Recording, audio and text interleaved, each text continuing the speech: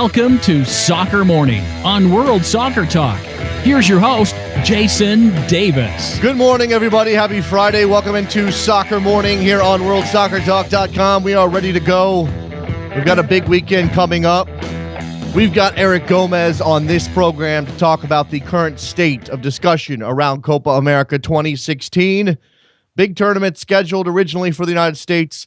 Very much in doubt at this point. We'll get into the details of how that's all going to be sorted in a couple of minutes. First, and most importantly, let's just go ahead and talk about what today is, what it means, and how much reflection we should all be going through as we remember the events of 14 years ago. I myself was just a lad, 21 years old, I believe at the time, heading into being 22, my birthday very close. And at the time, I was trying to figure out my life, didn't have a direction, had failed out of college, so, that's cool. Come back home. I think I was living with my parents or my mom. I'm not really sure what the situation was. Trying to remember that, where I was. I moved around a lot from apartment to apartment at that point in my life. And I was working a job that didn't like too much, customer service, answering phones, medical coding book company. And hadn't had a vacation of any real type in a long time. And my parents, who eventually ended up splitting, but at the time were trying to reconcile, they had a timeshare in Aruba. They decided to go on a trip to Aruba, and they asked if I wanted to come along. Just go to the beach, hang out, gambling, all that stuff. So I went to Aruba. I vividly remember watching my football team, my NFL team, play the night before on a Monday night. They lost. Wasn't cool. My favorite player, one of my favorite players, broke his leg. Anyway, woke up the next morning. I'm on vacation. Didn't wake up early. Turn on the television to find out what's happening in New York and D.C. and in Pennsylvania. And felt like my heart was ripped out of my chest. It was a very troubling, obviously, we all went through that experience of having to process what was going on in our country. I don't remember a whole lot after that, in that day. I remember my parents were out on a scuba diving boat trying to get in touch with them to find out if they knew what was going on. I remember the next couple of days, pretty blurry, commiserating with the other Americans who were in Aruba at the time. There weren't a lot. It wasn't really a U.S. tourist season. It was more a lot of South Americans on the island. I remember just sharing drinks and trying to process it as part of community. Americans supporting Americans, and beyond that, I don't know what else to say other than remember where you were, remember how you felt. If you were around for that, if you're old enough to remember. If you're not old enough to remember, talk to somebody who was either in New York or in D.C. or has some sort of perspective on the events of 9/11 in 2001. I guess Bill says the Broncos did beat the Giants that night. I guess I remember McCaffrey's leg injury more than the win, Bill. So there you go. My father at the time was in the Air Force. Or no, he had retired, but he was a contractor, defense contractor at that point, working at the Pentagon. So he was on vacation. Not everybody knows when you go on vacation. Got a billion phone calls. My little brother and little sister at home in Northern Virginia having to deal with all of that. It was obviously a turning point in the history of this country. Definitely worth remembering. I'm not going to spend a lot of time on it. I just wanted to note the day and solemn reflection today. All right, let's hit the news ahead of Eric Gomez. Manchester United goalkeeper David De Gea, the man at the center of a botched transfer to Real Madrid, remember the problems with the facts and the timing and et cetera, has signed a contract extension with Manchester United, 4-year contract extension with an option for a 5th year. Mildly surprising, although there really wasn't a whole lot of options for De Gea. He said, quote, "I am delighted to be starting this new chapter in my United career. I have always enjoyed playing with these great players in front of these fantastic fans. Manchester United is a special club, and Old Trafford is an ideal place for me to continue to develop my career. I'm looking forward to putting a difficult summer behind me and concentrating on working hard to improve and help my teammates be successful." Now, that is the Manchester United website statement from David De Gea. It's sanitized and everything else, but there it is. Portland Timbers midfielder Darlington Nagbe has finally become an American citizen. That means he is now eligible for the United States men's national team. Lots of speculation over whether or not Jurgen Klinsmann will call up Darlington Nagbe. Find it very unlikely that will happen before January. You do have a January camp where Klinsmann likes to bring in, as his predecessors did, fringe players, MLS players, guys out of season, give them a look as he heads into what will be the meat of the World Cup qualifying campaign. A report from Fox Sports Argentina suggests Mexico has been tapped as a host of the Copa America 2016 tournament. Again, we're going to talk to Eric Gomez about this development. Eric actually reported what Fox Sports Argentina was reporting on his Twitter account last night, Eric Gomez 86. The Mexican reports, though, in countering this Fox Sports Argentina report, say that the FMF does not want to host and is still backing the United States as the site of the tournament. Rumors are rampant that CONMEBOL officials wanted to move the competition for fear of being arrested in the United States. There's now a meeting set for September 17th in Mexico with both CONCACAF and CONMEBOL officials where they will discuss the future of the tournament. U.S. Soccer has lined up Haiti to replace Australia for 2 U.S. women's national team friendlies next week. Remember, the Australian women's team on strike from the Football Federation Australia over pay increases. This is part of a general labor action on the part of players, both men and women in Australia. The match is set for September 17th in Detroit and September 20th in Birmingham, Alabama. Will now feature the Haitian national team. A little bit of a drop in quality there. Steven Gerrard has told the Daily Mail he would have stayed in Liverpool if he had been offered the chance of a coaching role, or he would have stayed as a squad player if a coaching role was in his near future. His comments were viewed yesterday around the internet as criticism of MLS and the level of MLS. I didn't take them that way. It sounded to me like a man who had spent his entire career playing in his hometown, just desperately missed playing in that environment, knew he had to move on, and is now in a different chapter. Jose Mourinho says goalkeeper Thibaut Courtois needs knee surgery and will be out for, quote, a long time. He suffered an MCL injury in training on Wednesday. Asmir Begovic steps in to the starting role for Chelsea. Big weekend of matches. Let me just run down a couple of them. The Milan Derby on Sunday, 2:45 p.m. Eastern, beIN Sports Spanish. Everton-Chelsea on Saturday, 7:45 on NBCSN. Manchester United versus Liverpool, massive match there, 12:30 p.m. Eastern on NBC proper. River and Boca, maybe one that slipped your attention, on Sunday, 5:15 p.m. Eastern, streaming on YouTube, if I'm not mistaken. Atletico Madrid-Barcelona Sunday, 2:30 p.m. Eastern, beIN Sport. And MLS, Red Bull Chicago tonight, 7 p.m. Eastern on Unimas. LA Galaxy and Montreal tomorrow, 10 p.m. Eastern, MLS Live. Toronto, New England on Sunday at 5 on ESPN2. And Orlando City and Sporting Kansas City at 7 p.m. Eastern on Fox Sports 1. Just a couple of the games that are coming up this weekend. All right, let's get ready. We'll bring on Eric Gomez. We'll talk about Copa America 2016, where things stand, what this meeting might bring. Soccer Morning, WorldSoccerTalk.com. Never forget. Face in the crowd, you're talking too loud, but I can't hear you calling. During the past few months, we've created a new weekend tradition, which includes watching your favorite MLS team play on TV, muting the broadcast, heading over to Rabble.tv to hear my audio during the game, and then drinking a cold beverage as we spend 90 minutes together discussing our favorite league. Now Rabble.tv is taking it to the next level with a brand new redesign, as well as new apps for Android and iOS smartphones and tablets. So no matter whether you're at home or on the road, tune into this Sunday's broadcast between Orlando and Sporting Kansas City and listen to me sharing my thoughts and opinions. With Rabble, you can join in too by posting your questions or observations in the comments section. And if you have an iPhone or Android, install the Rabble TV app and add a comment to the broadcast message board, then listen live via the app. Or why don't you create your own broadcast called one of your team's games? It's easy. Sign up for free today and try it out. Join me this Sunday at 7 p.m. Eastern for Orlando City versus Sporting Kansas City on Rabble.tv, where it's your team and your call.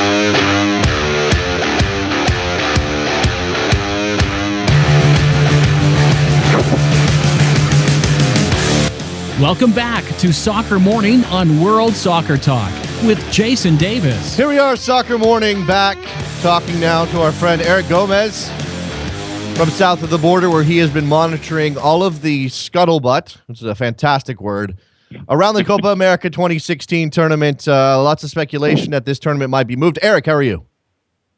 I'm doing great this morning. That's that is a great word, scuttlebutt. It is. I had to chuckle a little bit. It's a scuttlebutt. It's a kerfuffle. It's all of those crazy words we never use anymore because they sound like old people.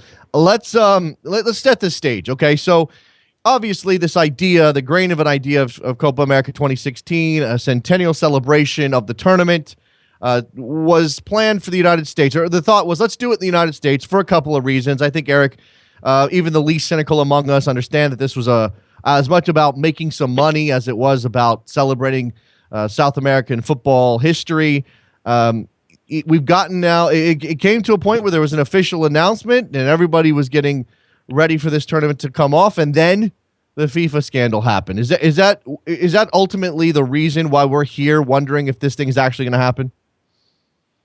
In a word, yes. And even though that was just the unofficial version that was circulating yesterday when Fox Sports Argentina sent out their initial report regarding this issue, that seems to be the case. I think that we've arrived at a point where CONMEBOL officials and FIFA officials in general, of course, some of these guys are one and the same, have realized that it is a huge risk to their personal freedom to have the tournament into the United States. Whether that is an admission of guilt or not is completely up to your listeners. I think the answer is pretty obvious for some of those guys. But that's precisely the reason why we've arrived at a point where the United States is not being looked at as the only option to host this tournament next year. Before we arrived at Mexico being an option for the Copa America Centenario, there were plenty of debates in South America as to whether Chile, who of course hosted the Copa America this year, Ecuador, Colombia, and Brazil, given the fact that they hosted the 2014 World Cup, would be able to host the tournament. There was also a talk of a joint Central American bid. And finally, we've gone a little bit more to the north now with Mexico. Mm-hmm. But there's been a lot of discussion about this. Yesterday, I called a couple of FMF officials. I was pretty much stonewalled. One of them played the old what? I don't know what you're talking about card. And the second one was a little bit more cooperative, but he still said that it was not a 100% thing, and he had heard the discussions, but they were still very preliminary and not dependent on whether even Mexico wanted to host a tournament or not. I mean, they were still talking about whether it was still a possibility to have the tournament in the United States, et cetera, or somewhere else. So it was never handled as an official destination for Copa America, at least not from the FMF's perspective. Now, this report is pretty interesting to me because the official source for the Fox Sports Argentina report is guys within the Argentine Football Association, or the AFA, who have a pretty big sway on CONMEBOL's politics and South American football in general. So it's a very interesting source. And 20 minutes ago, Televisa, who is pretty much the owner and the lord of soccer in Mexico, they own Club America, they own the Estadio Azteca, and they have a huge influence over the Mexican national team. They tweeted 27 minutes ago. And this is very interesting because it's not a report. There's no link attached to it, to their website. It just says, there's no possibility that the Copa America Centenario will be played in Mexico next year. And again, no attachment of a report, no link, no outside source. Right. This is Televisa Deportes just tweeting out, hey, this is not happening. So it's definitely a very interesting development as to what's been going on for the last 12 hours. I still see South American journalists, some guys who have worked with in the past, telling me and tweeting in general that this is something that CONMEBOL is pushing for. So maybe over the course of last night, we had this proposal officially reach the FMF, and maybe the FMF said no. It's definitely a possibility, but this is not going away anytime soon. No, certainly it's a very muddled situation. Any chance at all, if AFA officials were the source of the Fox Sports Argentina report, that was a trial balloon, that they were putting it out there into the public sphere to see how the Mexicans would respond without having to go through internal channels? I certainly think that could have been a ploy, especially given the fact that the FMF officials that I spoke to did not have any official knowledge of what was going on. They had heard the talks, but it was not something that had been brought to their attention in a formal document or a formal offer. That could very well have happened over the course of the last 12 hours. They could have gotten this phone call from CONMEBOL asking them what their interest was, and we might have an answer by now. I know that there's a meeting next week between CONCACAF and CONMEBOL officials regarding the fate of the Copa America Centenario. There has been another report from colleagues down here in Mexico who have spoken to, I would say, another FMF official, or maybe the same one that I spoke to, but they got a slightly different response, saying that their first priority was to support the United States in their hosting bid or in their hosting capacity, whether that's official or non-official. So there's, the initial reluctance kind of struck me as odd. I would think that Mexico would be chomping at the bit to host a major international tournament. They've done so, not very far off ago. We had the U17 World Cup and played in Mexico in 2011. That was a FIFA event. It came off splendidly. Mexico has been developing some grade A stadiums over the course of the last decade. Yeah. Guadalajara Stadium, Monterrey Stadium, Santos Laguna Stadium. The Estadio Azteca is undergoing extensive remodeling this year, and it was said that remodeling would be done by next year. So the time frame certainly fit, and it would be smart of CONMEBOL to reach out if they don't want to have the tournament in the United States. And I think that regardless of what goes on in the next few days, it's seeming more and more unlikely that the tournament will be held in the United States. There's obviously so much of this is politics, in addition to just simple fear on the part of officials who don't want to put themselves in a position to be arrested in the United States. And I guess what's interesting and what you're pointing to there is what would entice the FMF to decide that they're going to be a solid block in support of a U.S. hosting, even with all of this stuff swirling. What possible reason would the FMF have to say we're backing the United States unless there's something coming the other direction, or if they've managed to convince themselves that a U.S. tournament is to Mexican soccer's benefit? I mean, obviously they play here all the time. They make a lot of money here, but this wouldn't directly go into their pocket. I don't know. It's very difficult to figure out. I still think that there's a lot to be gained from Mexican TV stations, TV networks here, and for the FMF in general to have the tournament played in the United States. I think that the economic arrangement that has prevailed over the last decade with Soccer United Marketing and the FMF has always been to a mutual benefit. I think that the United States and Mexico, despite being so adversarial on the pitch, I mean, they're really very friendly off the pitch because they make each other tons of money. I mean, this is not a secret.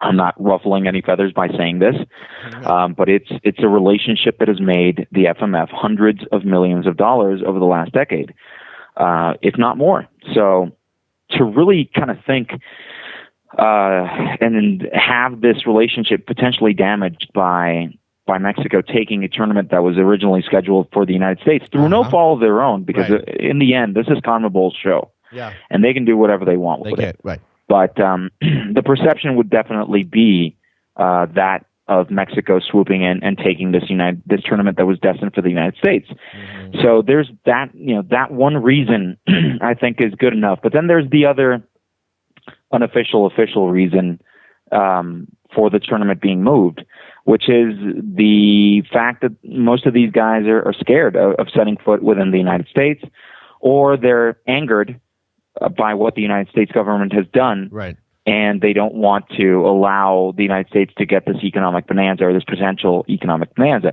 So, Mexico would be perceived as this country that is kind of becoming a haven for these guys. They're saying, okay, well, you're scared of going into the United States. You have no issue coming into Mexico, and so we're guilty by association. So I think that, from a PR standpoint, would be a negative move for Mexico. Well, I don't know the legalities. I don't know what kind of relationship the American Department of Justice has with Mexican government officials, and whether or not there's even a possibility that these guys who may fear coming to the U.S. might have reason to fear going to Mexico as well. I don't know what those agreements are. Obviously, we saw arrest in Switzerland, so there was clearly an extradition treaty and an agreement there between those two bodies.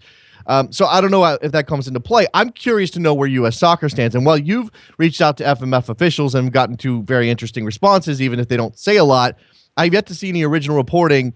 And unfortunately, I don't have any U.S. Soccer sources. I wish I did. I haven't seen any original reporting on how U.S. Soccer is handling this just from their posture, Eric, because I think that's going to be interesting. Right. The U.S. Soccer has no connection to what the Department of Justice and the FBI did, and yet the perception is monolithic block, Americans are Americans, you're all in this together.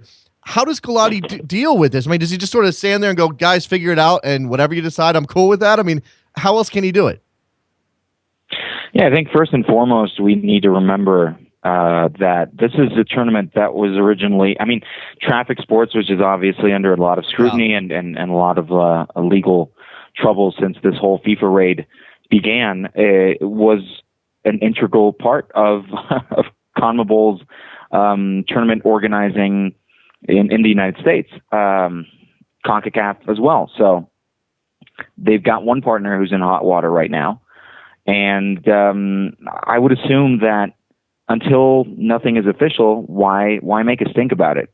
If you're U.S. Soccer, and there have been all these rumors swirling around the tournament, the status of the United States as the host. I mean, the U.S. is a first world country. Again, I'm not saying any secrets by revealing that. The United States is a first world country, and if they're given 3 months to organize a world class tournament, they're able to do so. There's no secret there. And I think that even with all of these reports coming out and all of this uncertainty swirling around the status of the tournament proper, that's really not up to U.S. Soccer to decide to come out here and say, wait a minute. I mean, we were in this together. We said, yes, we're going to be holding the tournament in 1 year, and you're trying to take it away. I mean, I think at this point, it's better to just kind of take a step back and say, all right, you're the ones who are completely involved in this mess. You figure it out, and then come back to me and tell me what your decision is. There's still more there. I mean, we don't really know, and I've said on this show, we need some clear explanation on the part of U.S. Soccer exactly how deep and how, we saw the Senate hearings. We saw Dan Flynn get in front of senators and say things like, well, I was uncomfortable. No, that's not going to do it. We need more from U.S. Soccer. I don't think that's in doubt at all. I don't know how that's impacting Copa America 2016, but I would love for U.S. Soccer to stand up and say, okay, look, Chuck Blazer was doing this, Jack Warner was doing this, the world of football was like this, and here's where we stood, and here's what we did.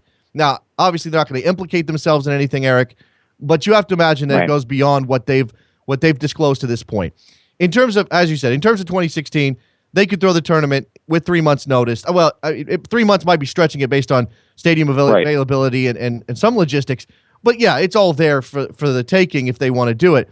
I guess at this point, man, I'm not sure even where to go with this now. I mean, the meeting is next week. CONMEBOL officials, CONCACAF officials, both of those bodies are a mess based on the arrests that we've had.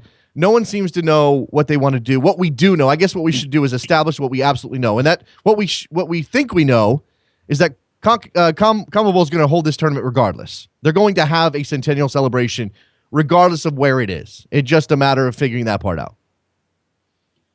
Right, exactly.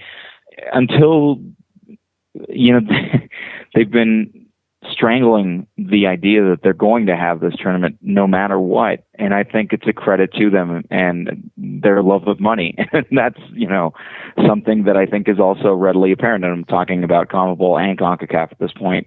But I think their main concern should be, there have been a lot of people involved in this scandal, a lot of alleged embezzling, a lot of alleged criminal activity.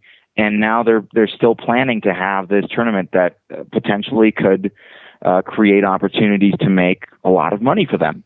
So how does that, how do they go about reporting this in a way, the amount of money that they make and the deals that they strike that doesn't come off as suspicious or doesn't come off to the United States potentially taking a look at their books, especially if that tournament is going to be held in the United States. Yeah, is there? At this, I'm sorry, I didn't mean to cut you off there. Yeah, go ahead. That's okay. Go ahead. Well, they're also. You mentioned traffic, and obviously traffic was directly involved in the creation of the tournament and the bidding for the media rights. You got the sense once the scandal broke that Copa America 2016, outside of hey, it's our 100th anniversary of Copa America, let's have a party, was let's shift some money around. Let's create an opportunity for people to make money under the table illegally, and Traffic Sports responsible for a lot of that. Aaron Davidson obviously caught up in it, and Howitt as well. That part of it, they have to rebid all of the media rights, right? There are other things on the table beyond just where it happens. They also have to figure out who's going to be paying money, legitimate money, to broadcast it. They do, and that's what strikes me about that Televisa tweet that I just mentioned and that I've retweeted on my account. It's just a very difficult situation for them, CONCACAF and CONMEBOL, to be in, knowing full well that they can't trust their media partner. I'm reading the Televisa.com. Just the article regarding it's what like their tweet was all about, and again, there's no source, there's no outside source. This is Televisa basically putting out a statement, and they're saying the tournament is not going to be played in Mexico. We're aware of the rumors that were placed in South American media yesterday, but there's no possibility that Mexico takes the tournament in case the United States does not organize it, and it would be a South American country that would still be taking organization of this tournament. September 17th, the meeting will be held in Mexico City, right? Which is a very important thing to remember here. That's, I think, part of the reason why this rumor or this report came out. And it was pretty much a slam dunk if you put the pieces together. But here we have this incredibly powerful company, and I don't want to understate that. Televisa is one of the most powerful media companies in soccer in the world. They are one of the companies that move around the most amount of money, not just in Mexico, not just in the United States, but worldwide. So I'm pretty much going with what they have to say. Yeah. If they're saying that Mexico is not going to hold this tournament, that's pretty much the case. Right, because I would be looking forward to a joint bid from two South American countries or something along the lines of that. Right, because if there was going to be somebody to step up and take over broadcasting of the tournament, especially in Mexico, which is their home turf, it'd be Televisa more than likely. Absolutely. You would have Televisa and TV Azteca sharing broadcast rights. But then again, the United States and Televisa have a pretty solid relationship as far as soccer goes. Televisa is part owner of Univision, and they've been pushing Mexican soccer and MLS and other projects in the United States to Spanish-speaking viewers for years now. Mm-hmm. So there is a lot of shared interests, a lot of common ground between what a tournament in the United States would entail and one of Mexico's biggest media companies. So again, it's worth pointing out that this is a very important media company coming out and stating in 3 paragraphs, mind you, again, with no official source behind it. They're just saying, look, it's not going to happen. Move on. Nothing to see here. It reads like a press release from the FMF, but it's not. it's from Televisa. Exactly. The other thing to consider here, and I think this is just from a fan perspective. Look, Mexico is in the Copa America tournament regularly most of the time. I think every tournament since, I don't know how long it's been. Eric, I'm sure you know, it's been a long time. Mexico's part of the landscape of Copa America. The United States is not. We have not participated since 2007. The story goes that Bob Bradley took a B team right after a Gold Cup. The CONMEBOL officials weren't too happy about that, and we haven't been invited back since. Is there any chance, or do we even have any idea of whether or not this tournament, even if it happens in South America, may be an expanded field? They may still stick to a 16-team field, or even if they do stick to their 12, that perhaps the United States still manages to get in somehow? I think that that's something for the U.S. to consider, U.S. soccer. That's definitely something that I would press a guy like Sunil Gulati on. If the tournament is taken away from the United States, are you still okay with competing in it? Are you pulling out as a protest, or are you just not invited anymore? Is this, again, CONMEBOL's party and you can't come in? This is I would say, a pretty treacherous idea for the U.S. soccer to entertain. The fact that this tournament might go from being held in the United States to not having the U.S. men's national team involved in it at all. And that would definitely, that's a a black eye for CONMEBOL. I don't think that anybody would blame U.S. soccer for not being involved in that tournament. If the entire reason why they're not having the tournament in the United States is because they're corrupt and they're afraid of being arrested, then, good riddance in my mind. I would actually hope that Mexico did the same. Yeah. It's not going to happen. I think Mexico, as you mentioned, Mexico and CONMEBOL have a tighter relationship. Mexico's been sending B teams to the Copa America since 2011, and nobody has said a word because Mexico is a huge opportunity for CONMEBOL in general to make oodles and oodles of money. So I don't think that Mexico would back off. I do think that the symbiotic relationship or the shared relationships that Mexico has with CONMEBOL and the United States put it in a very weird position. Mm-hmm. And, if there's something that you got to thank Televisa for is for kind of swooping in there and clearing it up as quickly as possible. Yeah. It would have been a very awkward thing. It would have been a very awkward thing for Mexico to hold this tournament. I still think that it would have been good for Mexico in the long run to have a tournament of this magnitude being held in the country, and I definitely saw that reaction on Twitter yesterday from American fans going, "Oh, it's a disappointment from a fan's point of view. Take everything else out of the equation. To have Lionel Messi, James Rodriguez, Neymar, and all these guys playing in your backyard at the highest level is a huge, huge deal. Mm-hmm. But in the end, it's their party, it's their show. They're going to run it the way that they want to. No, I've said on this show, and if I was going to take out any logic, any appreciation for the actual situation, and just be a fan and be selfish, Eric, I will. I want the tournament here. I don't care what it means. I don't care if it's about graft and getting money. People bribing people for media. I just want the tournament because for the United States, it would be obviously for Mexico it would be huge, but for the United States it would be massive as well. The first real show that the country's been able to put on from a soccer standpoint since 1994, obviously, and sort of a milepost in the growth of the game in this country, because 94 was this explosion of enthusiasm, but it was very naive enthusiasm. Now we have a much more educated fan base, even if we're not where we want to go, a much more educated fan base, millions of people watching on television every week of all stripes. Watching Liga MX, watching Premier League, watching MLS, obviously. So from that perspective, it would be huge. I don't know where we are right now. It's interesting to consider Mexico being pulled in two directions by two different bodies. We wait on the meeting next week in Mexico City, which is obviously an interesting place for this to be. I don't know how else to put a bow on this discussion other than to say we know that there's going to be a tournament. We've established that, or at least that's the consistent refrain out of CONMEBOL officials.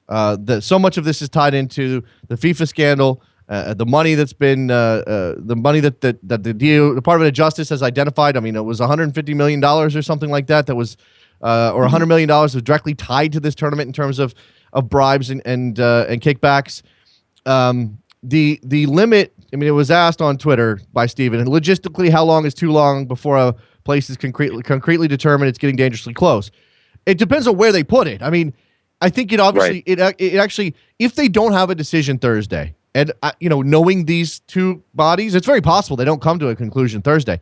If they don't come to a conclusion Thursday, that's actually probably a good sign for the United States. I don't think it's. I mean, I don't think it means it's going to happen, but it would be. Well, you're pushing the envelope on the time to get ready. Even Mexico probably needs the second least amount of time based on the stadium situation. But the United States is, again, usually said 3 months is probably enough. So I guess we just wait. Yeah, even Canada could do it in a short amount of time.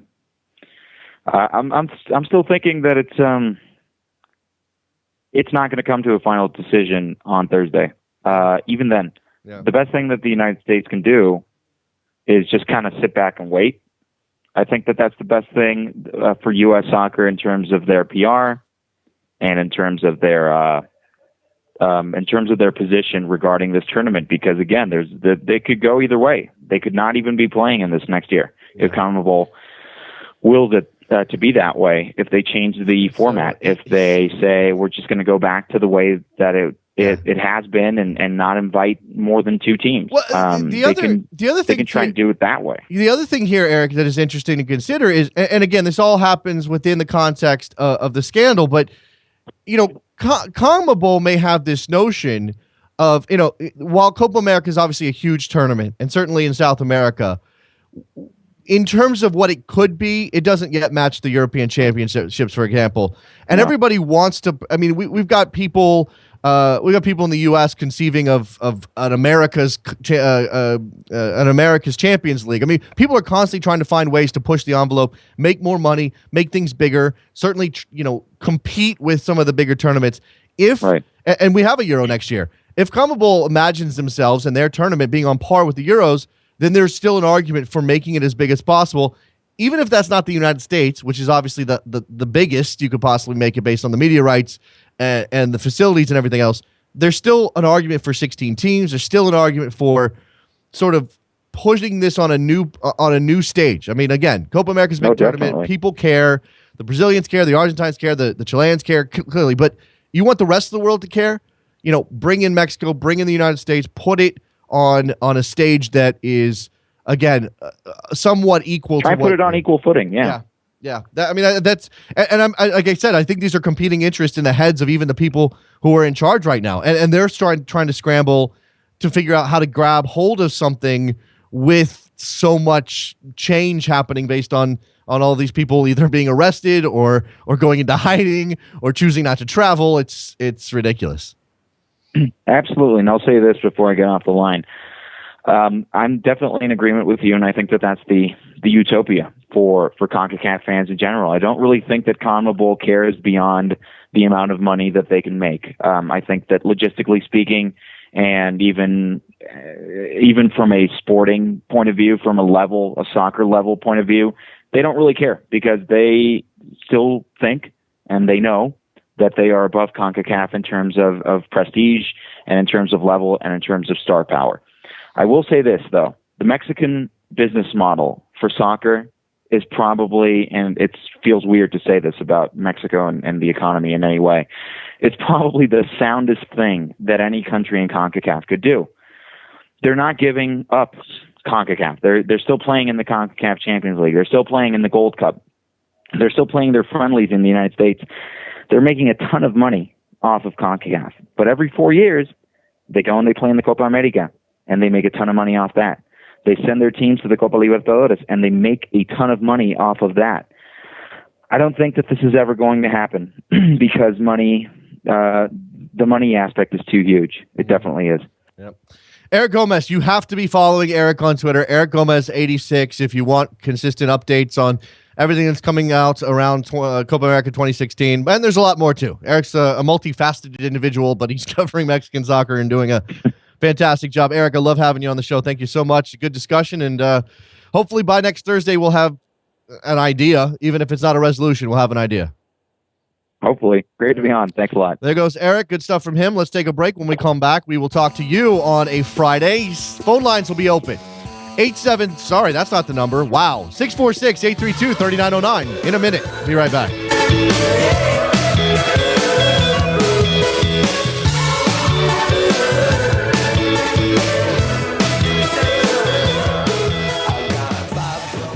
During the past few months, we've created a new weekend tradition, which includes watching your favorite MLS team play on TV, muting the broadcast, heading over to Rabble.tv to hear my audio during the game, and then drinking a cold beverage as we spend 90 minutes together discussing our favorite league.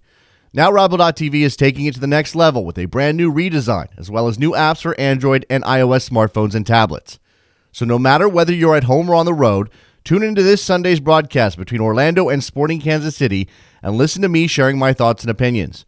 With Rabble, you can join in too by posting your questions or observations in the comments section. And if you have an iPhone or Android, install the Rabble TV app and add a comment to the broadcast message board, then listen live via the app. Or why don't you create your own broadcast, call one of your team's games?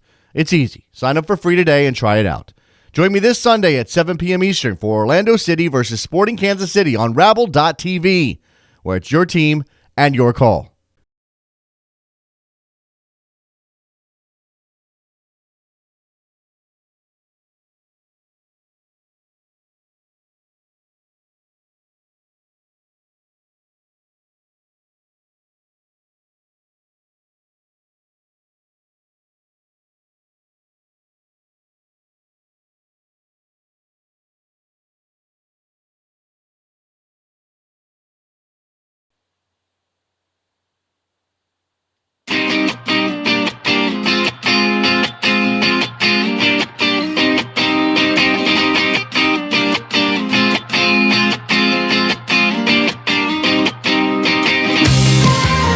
Welcome back to Soccer Morning on World Soccer Talk with Jason Davis. Here we are back on a Friday.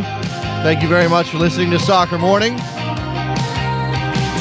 We already talked a little bit about what today is. If you missed the beginning of the show, obviously we're noting the anniversary of September 11th, 2001, 14 years ago today.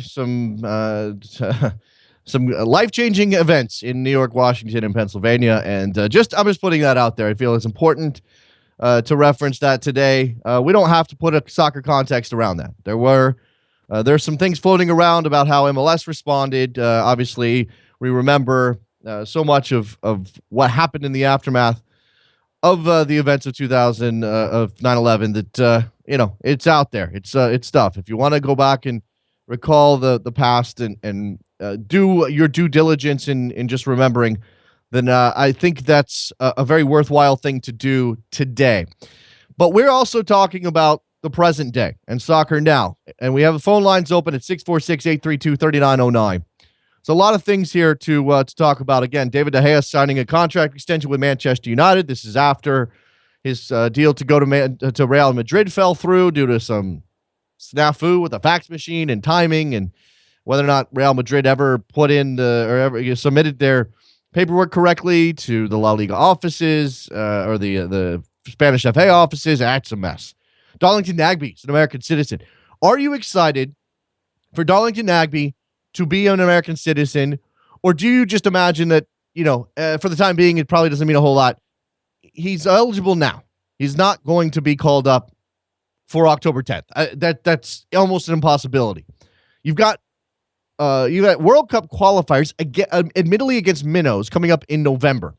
So maybe there's an opportunity there. I think the first chance we're really going to see Darlington Nagbe get to be in this national team setup is in January, when Jurgen Klinsmann will run his camp in Carson, California, in a bid to find some new players. He'll bring in some MLS players. Traditionally, that's been where some Scandinavian-based players have been as well. I don't think we have anybody up there. How's Josh Gatt doing? How's that hamstring, Josh? Or that knee, or whatever was the thing? What was the thing? I think Josh Gatt is back training, but maybe not playing yet. Has the window closed on Josh Gatt? I mean, that sounds so mean to say, doesn't it? Doesn't it sound so mean to say something like, is it over for Josh Gatt? How old is that kid at this point? 24 years old. He just turned 24 last month. Oh, no, not, yeah, like 2 weeks ago.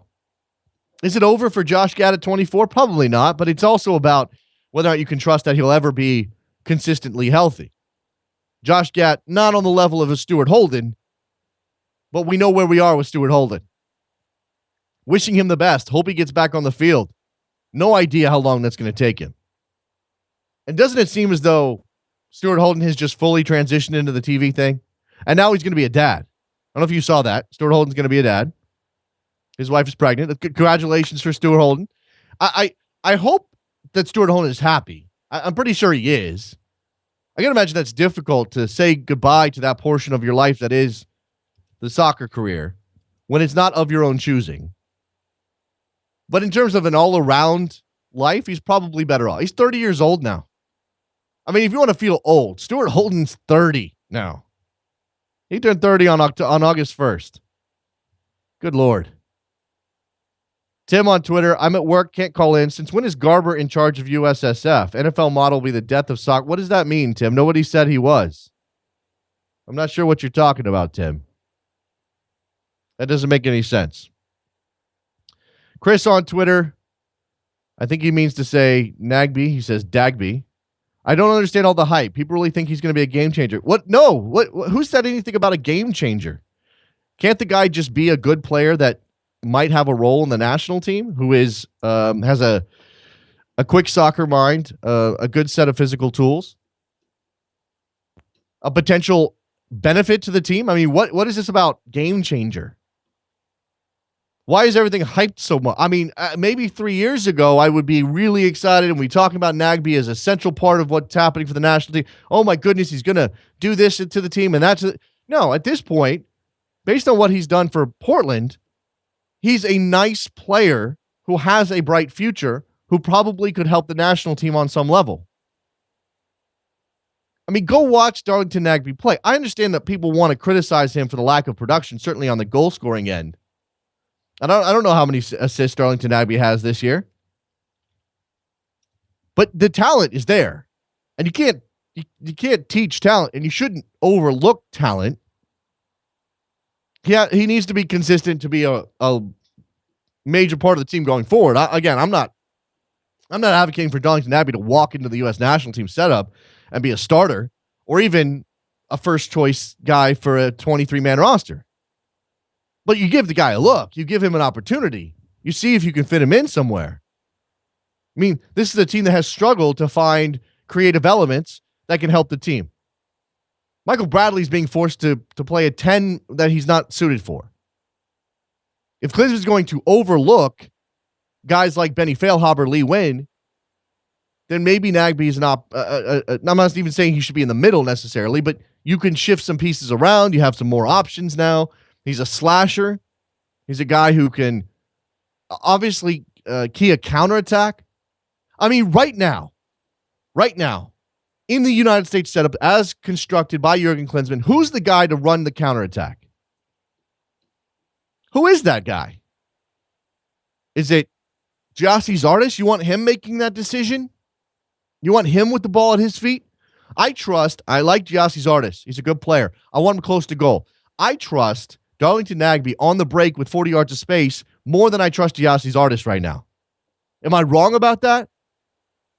Trevor, give me some feedback here. Yes or no? Tej on Twitter. I'll be at Red Bull Fire tonight. No. You want Zardes with the ball at his feet instead of Nagby. Okay. All right. We agree to disagree. I'll be at Red Bull's Fire tonight at Red Bull Arena. What do you expect from that match, both on and off the field? Oh, okay. I'm not wrong about it. Okay. Thank you, Trevor.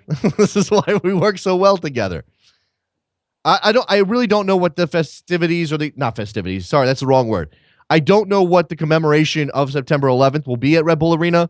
Tej, I haven't seen anything about that. I imagine that there's going to be some recognition by the club, some sort of pregame ceremony. Imagine the fans, especially the South Ward, will have something planned. I expect something pretty significant and touching from the South Ward, to be honest with you.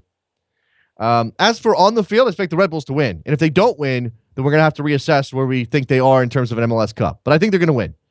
So my man Ray in Milwaukee. What's going on, Ray? What up? I don't really have a problem with the Commissioner Don Garber said in Manchester. Yeah. But what I would really like to know is what is the mechanism we're going to use to get to the level of Oh, absolutely. This is what Garber does, though, right, Ray? He leaves that part out. He leaves it open. What he said was, and if you missed this, and we've been talking about it for the last couple of days, Don Garber at Soccer X in Manchester. Now, remember, Soccer X is it's a conference. It's a networking opportunity. It's a bunch of business people in a room. Okay, we're not talking about. When he gets up in front of those people, he's not thinking about what the fan is going to think of his comments. He's not thinking about sending this message across the Atlantic. He is only talking to business people in a business context. And what he said was, I believe in 10 years or less, people will think of MLS as they think of Serie A, La Liga, or hopefully maybe the Premier League. He said, if we stick to our plan. Now, beyond that, again, he doesn't have to address that stuff. This isn't a report to shareholders. He's not required to outline how exactly they plan to get there. But that's what we do as fans. We fill in those gaps and we go, well, what do you mean? How is this possible? Well, I think there's a couple of things, Ray. One, I think that, I don't know what MLS's plan is. If he says we're going to stick to our plan, I believe that probably means slow growth in terms of salary cap and expenditures, while they also try to bring in as much revenue as possible from TV and expansion fees. Hopefully they reinvest that somehow. I think they believe that the academies are going to start pumping out players at a higher rate in the next 10 years. I also think that they believe there's going to be a change in the structure of European soccer. Whether that means the leagues themselves are sort of forced to put in restrictions because of spending being out of control and clubs going into debt and insolvency being an issue, or if it means that we have a break-off and the Super League finally happens and La Liga and Serie A look very differently without Real Madrid and Barcelona and maybe Atletico Madrid. You know what I'm saying? Like, MLS compared to a La Liga without those three teams is very different than MLS compared to a La Liga with those three teams. No, from a foreign perspective, they always talk about that they want to have a more American style of spending on players. But I also think that people always gravitate, well, then that means that they want to be like the NFL or have a salary cap system. But if you actually look at it, baseball's spending policy, have record profits. Major League Baseball has had like record profits over like the past 5 seasons, and their team's value has increased dramatically. Mm-hmm. So when people talk about foreign ownership being wanting to explore American style of financing a team, I think sometimes we tend to focus solely on the football football element and not the Major League Baseball element. And I think that Major League Baseball element of spending is ultimately the type of spending that's going to get us to where we need to go. Ray, we need to identify what the pillars of American sports management are in order to determine which ones the Europeans are actually enticed by. And I think those pillars are responsible spending or more responsible spending, parity. I think parity is probably part of it. I mean, we just heard whoever that German was, can't remember his name, who's like a business manager of the German national team talking about this. He wants parity in Germany because he thinks it's ridiculous that only one team can win a title. So it's that budgetary mindset, maybe restraining some spending because that gives teams some predictability. And look, that's what business people want. They want to know what the future holds based on how much they're going to spend and all. So I think it's that. I think it's parity. Beyond that, I don't know what else would be out there. I mean, I think those are probably the two major pillars, and maybe one more that we haven't identified. So if you're aiming for parity, then you can argue that the budget and the salary cap and everything will help you install parity. Or, like you're saying, maybe it's a Major League Baseball model, which doesn't work on a salary cap, but works on a luxury tax. Right. There is some sort of parity in baseball, though. I mean, small market teams have been successful. Yes. The Milwaukee Brewers have been highly successful, not this season, but in recent seasons. No, the Brewers and the Royals. The Royals are the prime example of that. Absolutely. Right. And so, yep. And then I would just like to say I think Manchester United and Liverpool is going to be 1-1, and I think Boca Rivers 2-1 to Boca. Okay, that game is, where is that game? I don't know where it's going to be played. It's on Sunday. That's all I know. Okay, it's okay. I think River Plate's at home, right? I believe that's the case. Yeah. I think they're hosting Right. that match, right? Okay, thanks for the call, Ray. Appreciate it, Ray. Shirt number 2, Soccer Morning. Yep. He's one of the legends around here. If you're good enough, you get a shirt number when you call in. If you call in enough, you call in consistently and with good stuff, then I'll happily hand one out to you. All right, I believe that's going to be at the Estadio Monumental. That's my terrible accent right there. I'm working on Spanish, by the way. Just dipping my toes into some waters. And what I'm finding is I can read a lot more than I thought. I mean, I can understand the gist, but yeah, actually speaking it, that's a different story. 646-832-3909 is your phone number. Jump in here on a Friday, whatever you got, okay? Whatever it is. You want to talk about Darlington Nagbe? You want to talk about Copa America 2016? All right, how about this question, okay? I don't know if we're going to have time to get a bunch of people in on this, but here's a good question. When you think about the possibility, ignore everything that's going on around the tournament right now and the uncertainty of whether or not the United States will host. What would 2016 Copa America United States mean for you personally and for American soccer on the whole? Because I think this is one of those situations. We live in a world in a time of hyperbole, of rampant, out of control hyperbole. Everything is the best. Everything is the greatest. Everything is the worst. Everything is horrible. I don't think we can overstate the impact of Copa America 2016. I really don't. Now, again, I think it turns a little bit on what kind of squads we get. If that happened, would it be the best Argentina side? Would it be the best Brazilian side? All of those things come into play. But a 16-team tournament, roughly half the World Cup size, obviously. So 4 groups of 4. I mean, with the possibility of the biggest stadiums we've got, hopefully with real grass or not the sod over the turf, which is, let it bed in, please. But think about that. Think about how big that would be. Think about the broadcasting opportunities for whoever has the rights. Think about just what kind of stage that would be. You don't think Scott Van Pelt would spend plenty of time on SportsCenter and his new one-man show talking about Copa America if it happened here next summer? You don't think that this would blow the doors off of anything we've seen here since 1994? I mean, of course it would, right? Of course it would.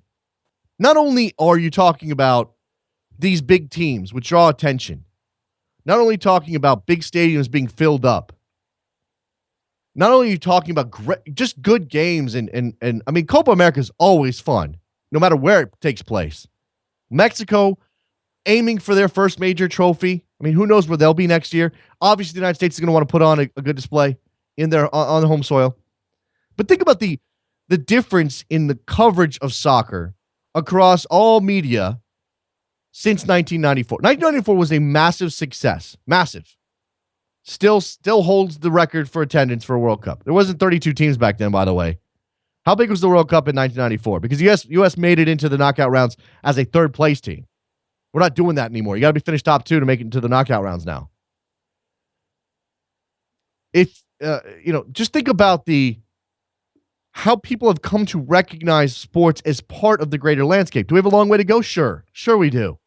Sure, there are plenty of people who look down their nose. I just read a story today over at Kotaku about Madden and the future of Madden, the football game, and the fact that if they really want to make it like football, then it should be 22 people playing online together, each one as an individual player, which is an incredibly insane idea. I get why the argument's being made. I think this was at Kotaku. But anyway, the person writing this story, I don't know if it was a guy or girl, said that there is a precedent for this. EA has tried this with FIFA, but we know FIFA's not real football. And of course, maybe it's a dig for humor's sake, but that's the kind of thing that we're still moving past. I think this would be so much different in the tone and the feel of what we dealt with in 94. And some of you weren't alive. Don't even I'm talking about today about remembering and never forgetting September 11th of 2001, 14 years ago. Some of you don't even remember that. Some of you listening to me right now were so young, you have a very, very vague recollection of what was going on there. Most of you weren't even alive in 94. Let's see, Tej. I think it'd be an invaluable chance for the U.S. to play in a major competition, prove their worth, especially if they miss Confederation Cup. And that's the playing side for the United States. Even if the United States doesn't make it to the semifinals, which would be amazing, very difficult, but amazing. Let's say the United States comes up short or goes out in the quarters. Even then, this tournament would be huge for the game in this country. Steven says it would mean to him potential relationships with CONMEBOL, maybe a shift from European mindset to American. It'll allow for an opportunity to develop some American identity and hope that we don't necessarily have to copy Europe. I mean, that's pretty interesting. It's a pretty interesting thought.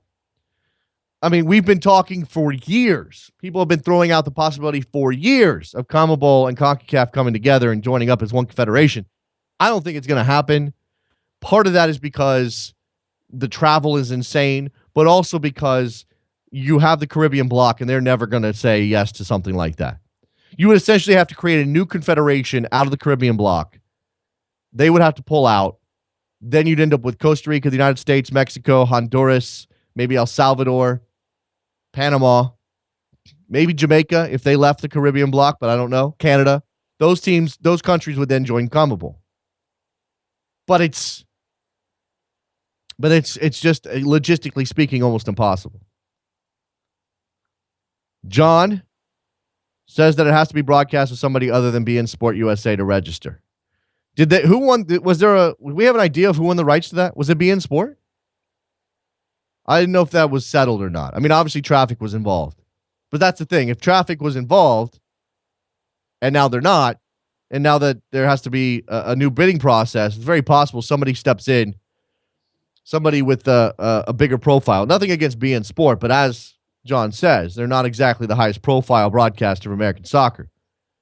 Not a lot of, there are fewer people know where beIN Sport is on their cable provider, on their channel guide than Fox Sports 1, NBC Sports Network, ESPN.